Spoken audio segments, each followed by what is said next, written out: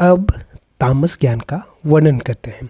किंतु जो ज्ञान अर्थात जिस ज्ञान के द्वारा मनुष्य एक कार्य रूप शरीर में ही संपूर्ण की तरह आसक्त रहता है तथा जो युक्ति रहित वास्तविक ज्ञान से रहित और तुच्छ है, वो तामस कहा गया है।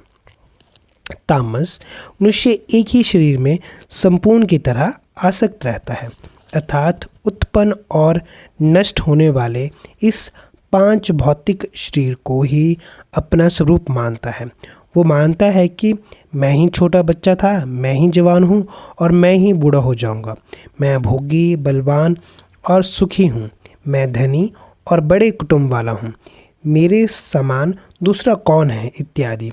ऐसी मान्यता मूर्खता के कारण ही होती है। तामस मनुष्य की मान्यता युक्ति और शास्त्र प्रमाण से विरुद्ध होती है। यह शरीर हरदम बदल रहा है, शरीर आदि वस्तु मात्र अभाव में परिवर्तित हो रही है, दृश्य मात्र अदृश्य हो रहा है और इनमें तू सदा ज्यों का त्यों रहता है। अतः यह शरीर और तू एक कैसे हो सकते हैं? इस प्रकार की युक्तियों को वह स्वीकार नहीं करता। ये शरीर और मैं दोनों अलग अलग हैं।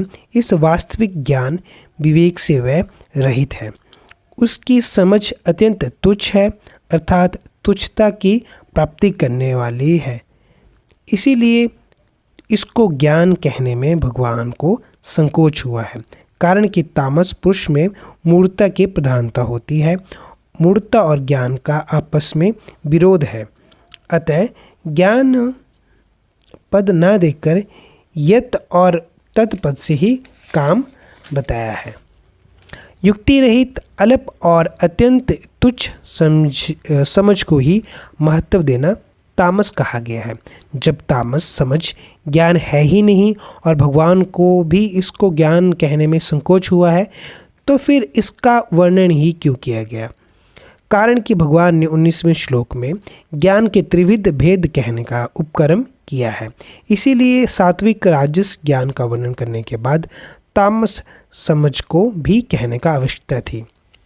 तामस ज्ञान में आसुरी संपत्ति विशेष है। इस श्लोक में ज्ञान शब्द ना देकर तात्पर्य है कि वास्तव में ये ज्ञान नहीं है, प्रत्युत अज्ञान है।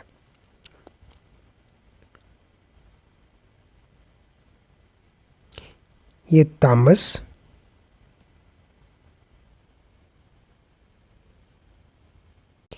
तामस मनुष्य की बुद्धि है, जिसको पशु बुद्धि कहा गया है। हरे कृष्णा, हरे कृष्णा।